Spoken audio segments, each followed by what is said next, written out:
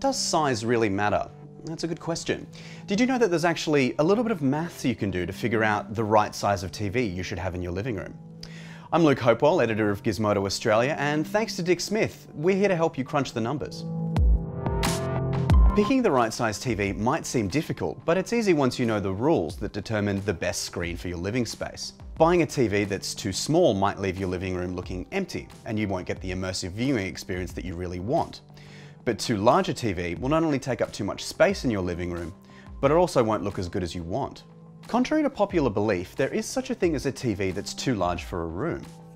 If you're sitting in the best spot to view your TV, and you still have to move your head to comfortably view the edges of the screen, it's too big.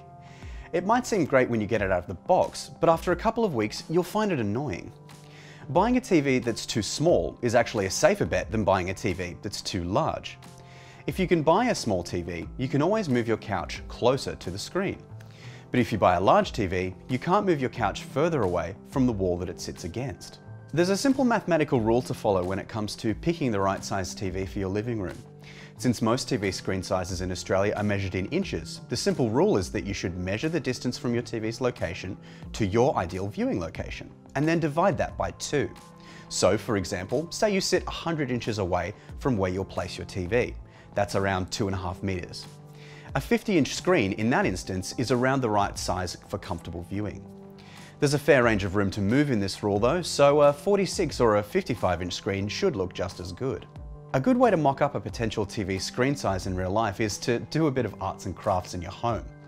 If you're planning on wall mounting your TV, use builder's tape on your wall to blank out a potential TV's dimensions and then leave the tape there for a week just to see how it feels. If you're planning on leaving your TV on an entertainment unit, for example, find a cardboard box of around the same size and dimensions, or just tape one together to see how it looks. Leave it there for a week, and if you're comfortable, proceed with the purchase. Now, in your ideal TV viewing scenario, you'll be sitting directly front on to the TV, with your natural eye line at the very center of the screen's vertical height. So you don't have to move your neck or your eyes up or down to see the entire screen. The best way to work out your ideal screen size for that scenario is to sit on your ideal spot for viewing and measure out something that suits, and then keep within your purchasing choices within that size range. By following these simple rules, you should find the ideal screen size for your purchasing needs.